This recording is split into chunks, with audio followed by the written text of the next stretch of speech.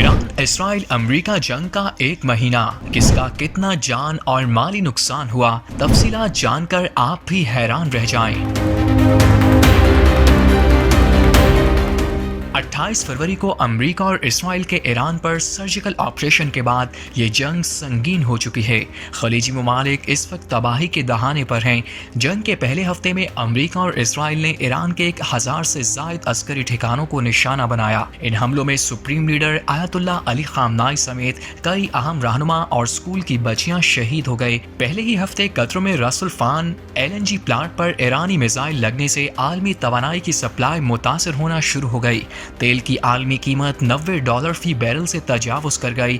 7 मार्च से 14 मार्च के दरमियान जंग का दायरा कार लबनान, शाम और इराक तक फैल गया। हिजबुल्लाह ने शुमाली इसराइल पर रॉकेटों की बारिश कर दी, जिसके जवाब में इसराइल ने बैरूत के जनूबी हिस्सों पर शदीद बमबारी की। इस दौरान ईरान ने आबनाए हुर्मुज़ को बंद करने का ऐलान किया। जंग के दूसरे हफ्ते यमन के हुसी बागियों ने बहीरा अहमर में अमरीकी बहरी बेड़े पर हमले तेज कर दिए, जबकि इराक में मौजूद अमरीकी अड्डों को ड्रोन से निशाना बनाया गया। इराकी हदूद में एक अमरीकी फौजी रिफ्यूलिंग तैयारा गिरकर तबाह हुआ। इसके अलावा अमरीकी फौज ने कुवैत की फजाई हदूद में 3 अमरीकी लड़ाका तैयारे मार गिराए जाने का ऐलान किया। 15 मार्च से 21 मार्च के दरमियान ईरान ने इसराइल के बड़े शहरों को बराह रास्त और मुसलसल निशाना बनाया।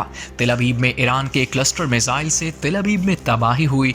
इसराइल के दिफाई निज़ाम आयरन डोम पर दबाव बढ़ने से ज्यादातर ईरानी मिसाइल कामयाबी से अपने अहदाफ पर गिरे। इसी दौरान सऊदी अरब में शाह सलमान एयरबेस पर ईरानी मिसाइल हमले में 12 अमरीकी फौजी जख्मी हुए और कई रिफ्यूलिंग तैयारे तबाह हुए।